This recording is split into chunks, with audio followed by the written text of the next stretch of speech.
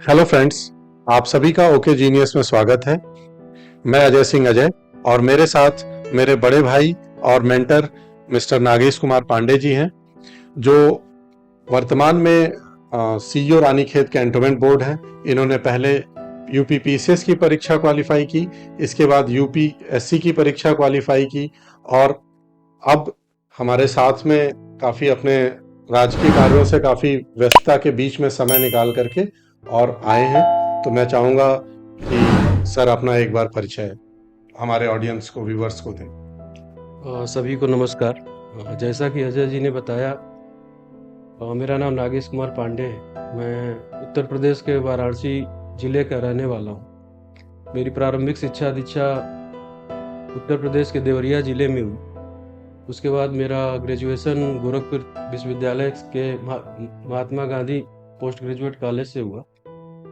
उसके बाद मैंने यूपीएससी की तैयारी शुरू की और सर्वप्रथम कई असफलताओं के बाद उत्तर प्रदेश पीसीएस के एग्ज़ाम में सिलेक्शन हुआ। उसके बाद पुनः यूपीएससी के एग्ज़ाम में सफलता मिली। उसके बाद मेरा चयन 2015 बैच में आईडीएस अधिकारी के तौर पे हुआ। वर्तमान में मैं रानीखेत छावनी में मुख्य अधिशासी अधिकारी के तौर पे कार्यरत हूँ।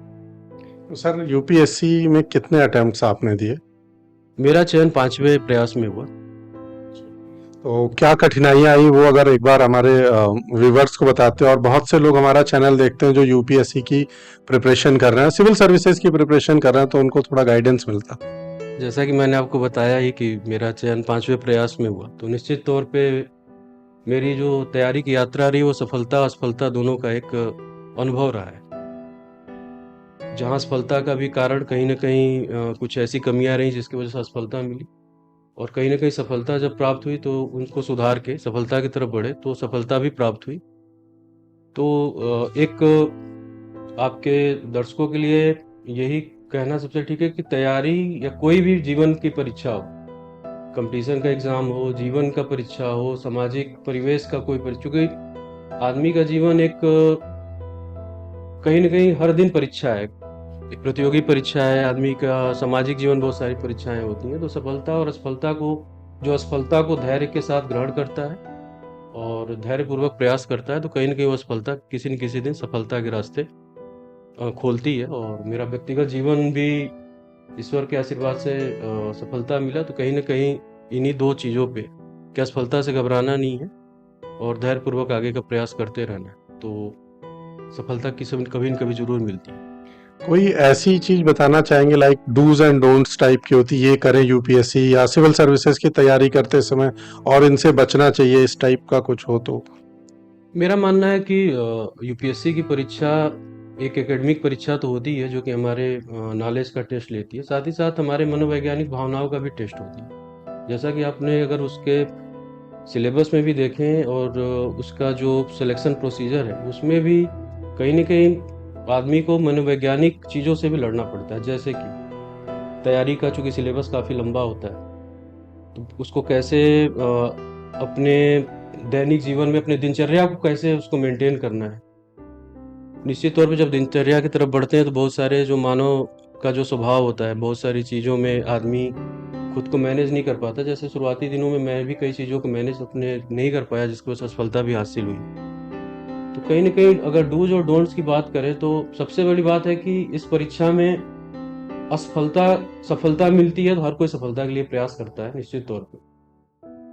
तो अगर असफलता भी कहीं मिलती है प्रारंभिक प्रयासों में, तो कभी भी घबराना नहीं चाहिए। सबसे बड़ी बात तो ये है कि धैर्य जो मैं कहना चाह रहा हूँ, धैर्य इसकी सबसे प्रारंभिक चीज़ है जो मैं कहना चाहूँगा, जो कि आदमी को रखना चाहिए। दूसरा जो सबसे बड़ी चीज़ है कि तैयारी का प्रेशर मैनेजमेंट जिसको कह सकते हैं। धैर्य के साथ-साथ मन को किसी न किसी एक्स्ट्रा करिकुलर पढ़ाई के साथ-साथ दिनचर्या ऐसी नहीं होनी चाहिए कि सिर्फ़ पढ़ाई, पढ़ाई, पढ़ाई। एक उसका छोटा-सा अंश निश्चित तौर पे जो आपको अच्छा लगता है, जिसको हम कहते हैं कि हॉबी हॉबी मैन को भी रख सकते हैं ताकि मन हल्का रहे आदमी का। मन हल्का रखने से ये है कि जो पढ़ी हुई बातें वो बोझिल ना हो। दोनों का एक निश्चित तौर पे पढ़ाई प्राथमिक तौर पे ही रहेगी, लेकिन वो भी उसको एक वो देता है। तीसरा अगर करने की बात अगर एकेडमिक रूप से चलूँ, ये तो मैंने मनोवैज्ञानिक बातें की। तो सबसे पहले बहुत बार तैयारी करने में मैंने बहुत बार देखा, मतलब तैयारी के दौरान भी चूँकि मैंने प्रथम प्रयास में ही साक्षात्कार भी दिया यूपीएससी का। तो कहीं न कहीं प्रारंभिक परीक्षा और मुख्य परीक्षा में एक तैयारी, चूँकि किसी भी चीज़ की सफलता ही आपके तैयारी के दिशा को निर्धारित करती है कि आप सही दिशा में चल रहे हैं। तो कहीं न कहीं प्रारंभिक परीक्षा और उसकी दिशा सही थी। तो बहुत बार मैं देखता हूँ कि जो तैयारी करने वाले हैं उनको अपने सिलेबस का ही बहुत अच्छे से नॉलेज ज्ञान नहीं होता है। वो बस पढ़ना शुरू कर देते हैं, कोचिंग गए, वहाँ से एक टॉपिक वाइज़ जो पढ़ के आए वही करना। तो किसी भी न केवल यूपीएससी के लिए, किसी भी प्रतियोगी परीक्षा में सबसे पहली चीज़ होती है कि जो भी एग्ज़ाम देने जा रहे हैं, उसका क्या सिलेबस है, वो आपके लिए सबसे पहली चीज़ है जो आपको जानना चाहिए। तो सबसे पहले तो अपने जो भी रूम हो या जो भी हो, आदमी को सिलेबस को एक ज़रूर कैसे भी पेस्ट कर लेना चाहिए और सिलेबस के हिसाब से अपनी तैयारी को आगे बढ़ाना चाहिए। दूसरा जो प्रमुख बात होता है कि सिलेबस के साथ-साथ हमें क्या पढ़ना है, क्या नहीं पढ़ना है। आप लोग भी तैयारी से जुड़े रहे हैं, आपको भी पता है कि मार्केट में किताबों का पूरा अंबार लगा हुआ है, जिसमें एक बहुत जिनको जानकारी है वो भी किताबें आ रही हैं, जो कुछ ऐसे ही बिना किसी ऑथेंटिक जानकारी के भी लोग करते हैं। तो हमें पढ़ना क्या है उसकी जानकारी होनी भी बहुत ज़रूरी है। तो अगर हम अपना सिलेबस निर्धारित कर लेते हैं तो सिलेबस के हर पॉइंट पे जो हमारा रेफरेंस बुक हो, नोट्स हो, कोचिंग के नोट्स पढ़ना हो या कोई बुक पढ़नी है, इसका भी एक निर्धारण होना चाहिए कि इस टॉपिक के लिए हम ये किताब या ये मानक बुक उसकी पढ़ाई करेंगे। तीसरा, कोई भी चीज़ पढ़ने के बाद उसको एग्ज़ाम की कसौटी पे कसना बहुत ज़रूरी है कि हमने जो पढ़ा है वो सही दिशा में है या जो प्रश्न पूछे जा रहे हैं उसको हम सॉल्व कर पा रहे हैं, तो प्रैक्टिस होना बहुत ज़रूरी है। खासकर प्रारंभिक परीक्षा और मुख्य परीक्षा दोनों। प्रारंभिक परीक्षा में आप टेस्ट दे सकते हैं और मेंस की परीक्षा में लिखने की प्रैक्टिस सबसे अहम है, जो कि मुख्य परीक्षा आपके भाव का कि आप जो भी चीज़ें पूछी गई हैं उसको कितने तार्किक रूप में प्रेजेंटेशन कर पाते हैं और कितना जो प्रश्न पूछना चाहता है परीक्षा उसको कितना नज़दीक पहुंच पा रहे हैं, कितना उसको आप अच्छे से उसका उत्तर दे पा रहे हैं, इसी के आधार पे आपका सिलेक्शन होता है। तो कहीं न कहीं अगर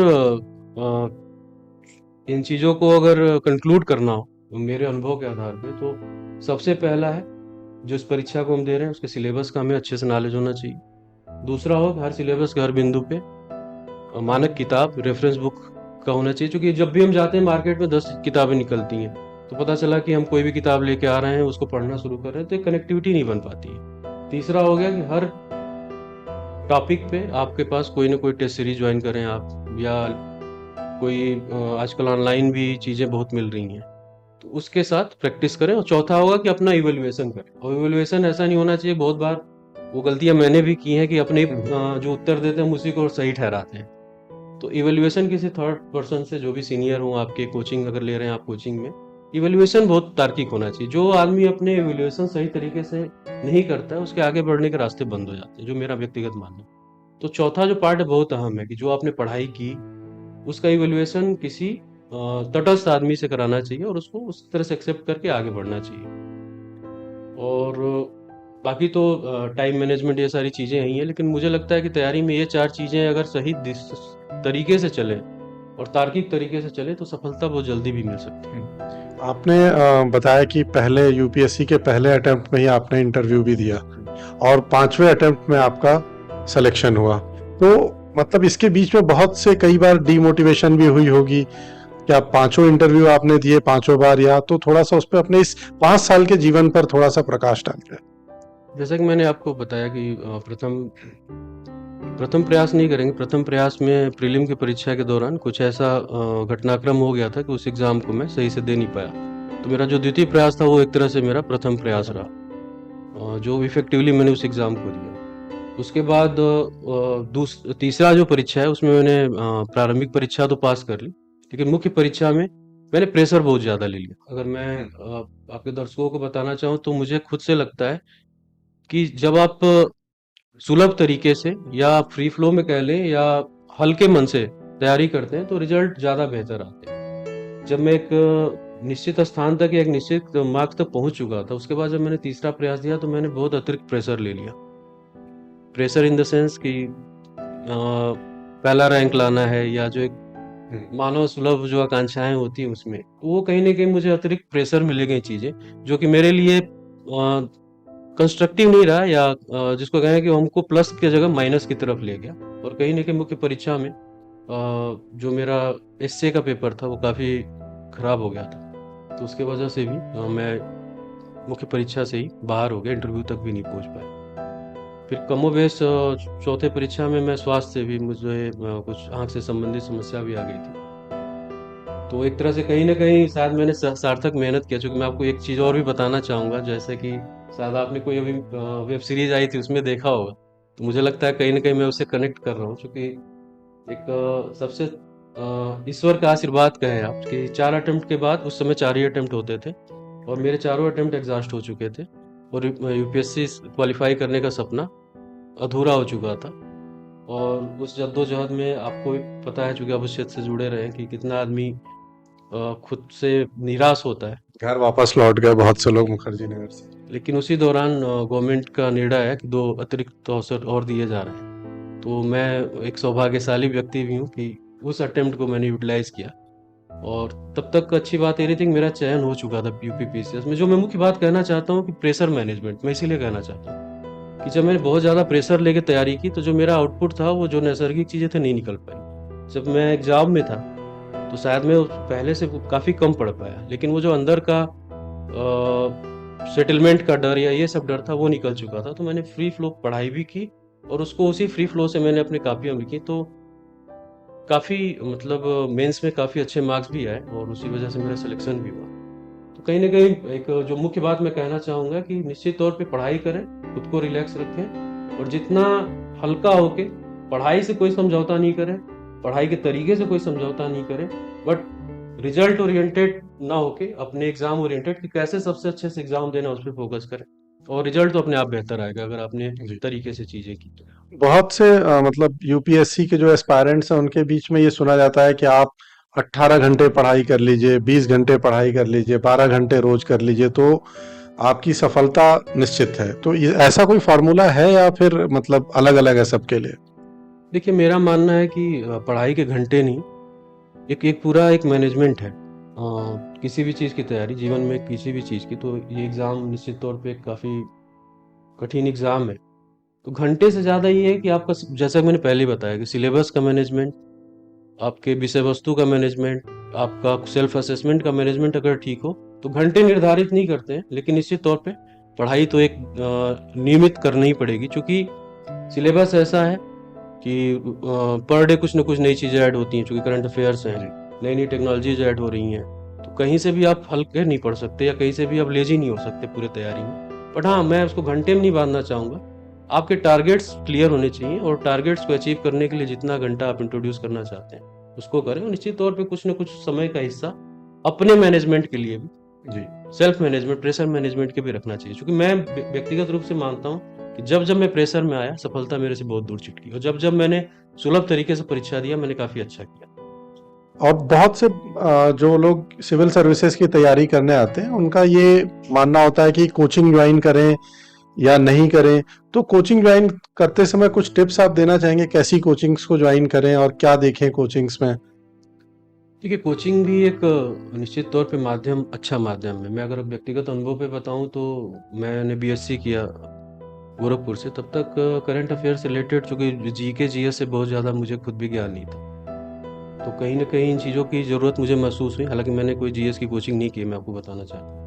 लेकिन कहीं न कहीं एक माध्यम बनता है। बट जब हम लोगों ने तैयारी शुरू की, तब सोशल मीडिया प्लेटफ़ॉर्म इतना मैच्योर नहीं हुआ था। लेकिन आज के वर्तमान परिवेश में एक चीज़ मैं और भी ऐड करना चाहूँगा कि आज के समय में सारे अच्छे कंटेंट और शैलो कंटेंट, मतलब एक छिछला कंटेंट जिसको कहते, सब कुछ अवेलेबल है यूट्यूब पे और डिफरेंट प्लेटफ़ॉर्म पे। तो एक बहुत बड़ा माध्यम भी है, यूट्यूब हुआ या जितने वीडियोज़ लोग बना के अपने अनुभव को डाल रहे हैं, तो उसमें सतर्क भी रहें और उसका उपयोग भी करें। तो उसको एक शब्द में कहें, सतर्कतापूर्वक उपयोग करें, सो दैट कि आपका जो नॉलेज वो एनहांस हो, डिक्रीज़ ना हो। कौन से मानक विषय वस्तु की पढ़ाई करें और सोशल मीडिया का भी निश्चित तौर प्रयोग करें, क्योंकि यूट्यूब पे मैं बीच में देखता हूँ तो काफ़ी अच्छे-अच्छे टेस्ट सीरीज़ भी, काफ़ी अच्छे-अच्छे लेक्चर्स भी लोग देते हैं, अपने अनुभव को शेयर करते हैं। तो कहीं न कहीं एक बहुत बड़ा ये वैल्यू एडिशन है, जो कहीं न कहीं जो बच्चे कोचिंग नहीं ले पा रहे हैं, हम लोग देख रहे हैं आज के न्यूज़ में कि रीजनल स्टेशन से भी बच्चे निकल के आ रहे हैं, जो कि बहुत अच्छे रैंक भी ला रहे हैं। तो कहीं न कहीं अब इस सोशल मीडिया की वजह से ग्लोबलाइजेशन का दौर भी है, जिसमें कि शिक्षा का भी ग्लोबलाइजेशन, हर चीज़ प्लेटफ़ॉर्म पे उपलब्ध है। बट एक ही चीज़ की ज़रूरत पड़ती है, गाइडेंस में, कि हमें क्या देखना भी क्या है, पढ़ना तो क्या है ही है, देखना भी क्या है वो भी जरूरी है। तो और जैसे आपने कहा कि रीजनल से भी बहुत से बच्चे आ रहे हैं और हमेशा से रहे भी रीजनल से, तो गांव से जो पृष्ठभूमि से बच्चे आ रहे हैं और फिर उनका कंपटीशन जो हो रहा है वो इंग्लिश मीडियम के बच्चों से, आईआईटी आईएम से हो रहा है, तो उसको कैसे, वो ग्रामीण बच्चे कैसे उसको फेस करें, अगर इस पे थोड़ा सा आप बताना चाहें तो। देखिए जो इस क्योंकि आप भी, मैं जहां तक मैं जानता हूँ, एक ग्रामीण पृष्ठभूमि से बिल्कुल सामान्य पृष्ठभूमि से रहे हैं, तो आप यहाँ तक पहुंचे तो कंपटीशन तो आपके लिए भी था ही। निश्चित तौर पे इसमें एक शब्द में अगर कहना चाहेंगे, जहाँ भाव है वहाँ पे रास्ते हैं, जहाँ पे जिसको क्या कहते हैं, जहाँ चाह है वहाँ राह है। निश्चित तौर पे जब पृष्ठभूमि अलग होती है, ज्ञान का लेवल अलग होता है, तो कंपटीशन उनके लिए ज़्यादा दुरूह होता है, क्योंकि बहुत सारे बच्चे बहुत अच्छी जगहों से आ रहे हैं जिनको ऑलरेडी शिक्षा मिली हुई है उन चीज़ों की, स्कूल लेवल से उनको पढ़ाया जाता है। तो जो बच्चे जिनका बैकग्राउंड नहीं रहा है या जिनका उन चीज़ों से बहुत ज़्यादा एक्सपोजर नहीं रहा है, तो उनको एक स्टेप ज़्यादा मेहनत करना पड़ता है। लेकिन जैसा कि मैं ही सिर्फ नहीं हूँ, मेरे बहुत सारे दोस्त रहे जिन्होंने बहुत अच्छे रैंक भी लाए। उनके बैकग्राउंड शायद मेरे से भी उस बैकग्राउंड से थे, सिंपल बीए करके लोग आए और जिन्होंने बहुत अच्छे रैंक होल्ड किए। लेकिन एक ही चीज़ सब में कॉमन थी कि सब में इच्छा शक्ति मजबूत थी। जब इच्छा शक्ति मजबूत होती है तो जो बाधा तो आती है, लेकिन वो बाधा कहीं ना कहीं रोक नहीं पाती, बाधा को लोग पार कर जाते हैं। तो दो शब्द में अगर कहना चाहें कि ये समस्याएं रहती हैं, कभी उनको अपर हैंड मिलता है तो कहीं आपको अपर हैंड मिलता है। Upper hand in the sense कि जब चीज़ें कमी की ओर होती हैं तो आदमी में इच्छा शक्ति और मजबूत होती है। मजबूत इच्छा शक्ति के साथ चले तो बहुत सारे एग्जाम्पल हैं कि बहुत ही सामान्य पृष्ठभूमि से आके लड़के बहुत अच्छा कर रहे हैं, और ना सिर्फ एग्ज़ाम में कर रहे हैं बल्कि जिस चीज़ के लिए तैयारी कर रहे हैं सिस्टम में भी मेरा मिलना जुलना ब्यूरोक्रेट से भी होता है। तो बहुत सामान्य बैकग्राउंड के लड़के, चूँकि उनकी समझ और भी पब्लिक ओरिएंटेड, मतलब ऐसा नहीं है कि बाकी लोग पब्लिक ओरिएंटेड नहीं है, बट उनकी समझ और, चूँकि वो उस तबके से उभरे हैं, तो उनकी जो इमोशनल कोसेंट होता है वो और भी ज़्यादा जुड़ता है। तो जी। कहीं न कहीं एक वैल्यू एडिशन ही है इन चीज़ों का। प्रसाद। आप कुछ किताबें बताना चाहेंगे जो बुक्स यूपीएससी या सिविल सर्विसेज के लिए रेफर करें बच्चे। हाँ, आपने बहुत महत्वपूर्ण प्रश्न पूछा। सबसे बड़ा चीज़ जो मैंने पहले ही कहा कि सिलेबस के साथ मानक बुक। तो एक चीज़ जो जब से हमने तैयारी शुरू किया तो हमारे सीनियर्स ने, हमारे जो गाइड करने वाले जो भी लोग थे उन्होंने बताया, वो है एनसीईआरटी की बुक्स। निश्चित तौर पे एनसीईआरटी की बुक्स बेस बनाने के लिए जीएस के लिए उसका कोई विकल्प नहीं है। तो मेरा कहना है कि जिन बच्चों को अगर तैयारी का रुझान है तो शुरू से ही एनसीईआरटी की बुक्स को एक बार तो पढ़ी जाए। एनसीईआरटी की बुक्स में जैसे कि जो जीएस का फैक्टर, आपकी हिस्ट्री हो गया, ज्योग्राफी हो गया, साइंस टेक हो गया, या और भी जो विषय हैं, ये सारी चीज़ों में एक बार एनसीईआरटी की बुक्स पढ़ लें। और बाकी जो सेक्टोरल जो चीज़ें हैं, जैसे इतिहास में हो गया, तो उसमें बहुत सारी अच्छी बुक्स हैं। अगर आप कहें तो मैं आपसे शेयर कर दूंगा, डिस्क्रिप्शन में डाल देंगे हम। डिस्क्रिप्शन में आप चाहें तो डाल दें, जी। मैं आपको बुक्स जी। डिटेल बता के दे दूंगा। और उसमें भी मोर देन दैट ये है कि उसके बाद, चूंकि एक डायनेमिक प्रोसेस है, बहुत सारी बुक्स हमने पढ़ी जो उस टाइम पे बेस्ट अवेलेबल थी, उसके बाद से भी बहुत सारी बुक्स उससे भी अच्छी आ गई होंगी, क्योंकि ये तो कंटिन्यूअस प्रोसेस है। बट हाँ, हमारे टाइम पे जो बेस्ट बुक्स थी, जो जिसका हमने प्रयोग किया, वो निश्चित तौर पर मैं आपको। सर, जैसे यूपीएससी में 3 चरण है, प्री, मेंस एंड इंटरव्यू, तो इसमें चरणबद्ध तरीके से कैसे तैयारी करें एस्पायरेंट्स की, उनको सफलता जो है निश्चित तौर पर मिले या जल्दी मिले। बहुत अच्छा प्रश्न किया आपने। निश्चित तौर पे एक ही परीक्षा के 3 चरण हैं, तो कहीं न कहीं इसमें एक एकरूपता भी है, और कहीं न कहीं हर चरण के लिए एक अलग तैयारी की भी आवश्यकता होती है। तो मेरा मानना है कि जो प्री एग्ज़ाम होता है, निश्चित तौर पे उसमें नॉलेज इंटेंसिव होता है। आपको चूँकि कहीं से भी प्रश्न पूछे जा सकते हैं, प्रश्न तो मेंस में पूछे जा सकते हैं, बट इसका डोमेन और बड़ा हो जाता है। तो इसमें जैसे मैंने पहले बताया, एनसीईआरटी हो गई, जैसे रेफरेंस बुक हो गई, जैसे पॉलिटी में आप पहले एनसीईआरटी पढ़ते हैं, उसके बाद जो मैंने पढ़ा एम लक्ष्मीकांत जी की बुक पढ़ी। वैसे हिस्ट्री में जो हम रामचरण शर्मा जी की बुक पढ़ी हमने, उसके बाद और भी जो रेफरेंस बुक है वो पढ़ी, तो उसको और अच्छे से पढ़ के और कहीं ना कहीं अपना एक नोट्स जरूर बना लेना चाहिए। क्योंकि प्री के एग्जाम में जो सबसे ज़्यादा प्रेशर होता है, तो उस प्रेशर को हैंडल करने के लिए आप कुछ भी कर सकते हैं। आपके पास एक शार्ट नोट्स भी होने चाहिए, और कहीं न कहीं रिटन अगर अपने नोट्स बना रहे हैं, हाइलाइट कर रहे हैं, तो वो होना चाहिए आपके पास, सो दैट 2 फ़ायदे हैं उसके। एक तो आपका एक नॉलेज का बेस भी तैयार हो रहा है, जिसमें कि आप उसको रिवाइज़ कर सकते हो। तीसरा एक कॉन्फिडेंस होता है एग्ज़ाम में जब आप जाते हैं और कहीं न कहीं आपको लगता है कि हमने रिवीज़न कर लिया है, तो संभावनाएँ बढ़ जाती हैं आपकी सफलता की। उसके बाद अगर हम आते हैं मेंस के एग्ज़ाम में, तो मेंस के एग्ज़ाम कहीं न कहीं जितना आपका समझ है, जितना आपने समझा है पूरे विषय वस्तु का, उसका प्रेज़ेंटेशन है, अच्छे तरीके से। तो मेंस में लिखने की प्रैक्टिस बहुत ज़रूरी है। और एक चीज़ और इम्पोर्टेंट जो मैं बताना चाहता हूँ, जब मेंस हम लिखते हैं तो जो प्रश्न पूछा जाता है उसमें लास्ट में हमेशा कभी विश्लेषण, कभी समीक्षा, तो इन शब्दों पे बहुत गौर करना चाहिए कि वो पूछना क्या चाहता है।